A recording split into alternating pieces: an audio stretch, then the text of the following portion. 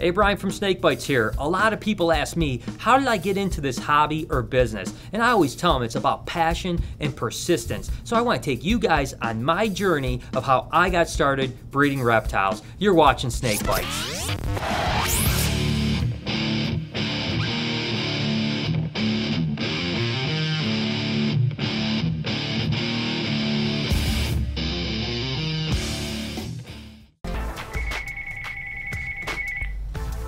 Snake busters. How big did you say? All right, me and my crew will be out there real quick. Hey guys, I need you in the office as quickly as you can. We got a big deal. Guys, come on. Brian, we came as fast as we could. That's good, because I tell you what, I've got reports of a snake that's 20 plus foot. Supposedly cattle are missing. People are really afraid. They've got no one else to turn to but us. So let's get the gear, let's hit the road and take care of this problem. All right, guys? Come on, guys, let's go.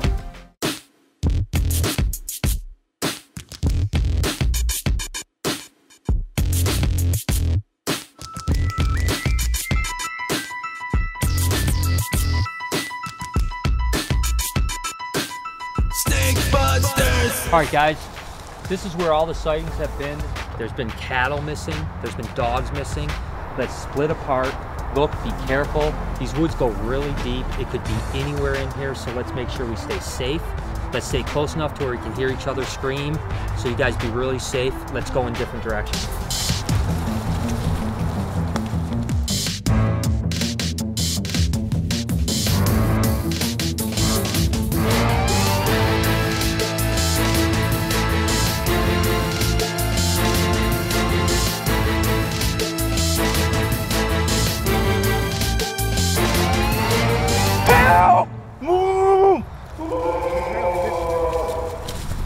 George! Dude, that's his shoes, man. How do you not have his shoes on?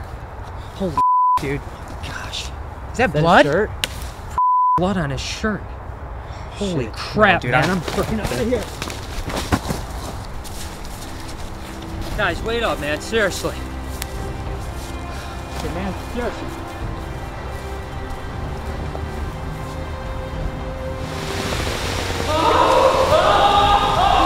Brian! Hell, I'm getting the out of here. No! Gar! Gar!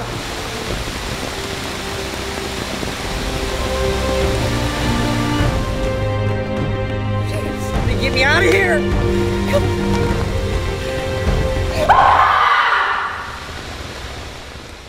Some of my earliest memories were actually when I was about 3 years old and I went to the Belle Isle Zoo with my mom, and I remember as an exhibit that had a ball python in it, and it was so incredible that I still to this day can see the pattern in my head, and that's why I know it was a ball python. From that time on, I was just captivated by that animal. Finally, when I was about 15 years old, I took the first plunge into the animal world, and there was a local pet shop that I had been going to almost every single day, and I was able to get hired in at that pet shop, and I worked in the reptile section as much as I could. Shortly after working at the pet shop, I finally convinced my mom to let me get my first snake. When my mom got used to having 1 or 2 snakes, it wasn't too long before I had 3, 4, 5, 6, and then next thing you know, I started building racks and putting them in my mom's basement. Before long, I actually had hundreds of snakes. When I first met Lori, she was really afraid of the snakes and wouldn't even come into my mom's basement. When I finally convinced her to help me out a little bit, and what really happened was she realized that if she helped me out, it would give us more time to go out and do fun stuff. If not, I was stuck in the basement cleaning snake cages all the time. She was the person that took my kind of vision and turned it into reality, and of course, you know, over a course of time, she became an intricate part of the growth of my collection.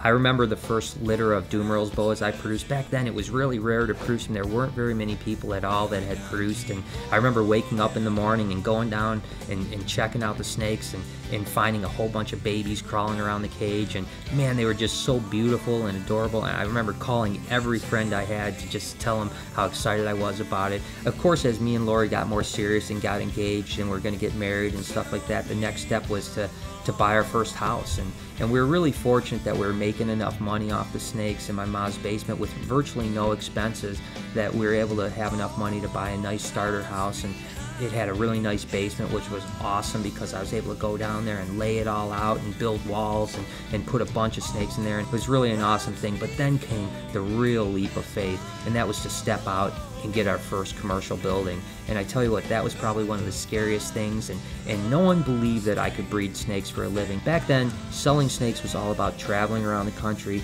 to these reptile shows that were just popping up. And I remember some of our first setups, how hokey they were. I mean, they were built showcases and cardboard backdrops and vinyl, you know, designs. And I remember every show we went to, it seemed like it was a completely different setup. We constantly made new backdrops and new signs, and we kept upgrading, and it was just an awesome experience. I'm not really sure what the future holds. Just like I couldn't tell the last 20 years, I don't know that I can tell the next 5 years or 10 years or 15 years. The one thing I hope that happens is that the hobby continues to grow, that people realize how cool these animals are, and the people that are afraid of them actually understand that these animals don't have to be feared. And if that happens, our hobby will continue to grow. And I have no doubt if the hobby grows, I'll be right there growing with it. All my life I've loved reptiles. The one thing I know for sure is that I'll love reptiles forever.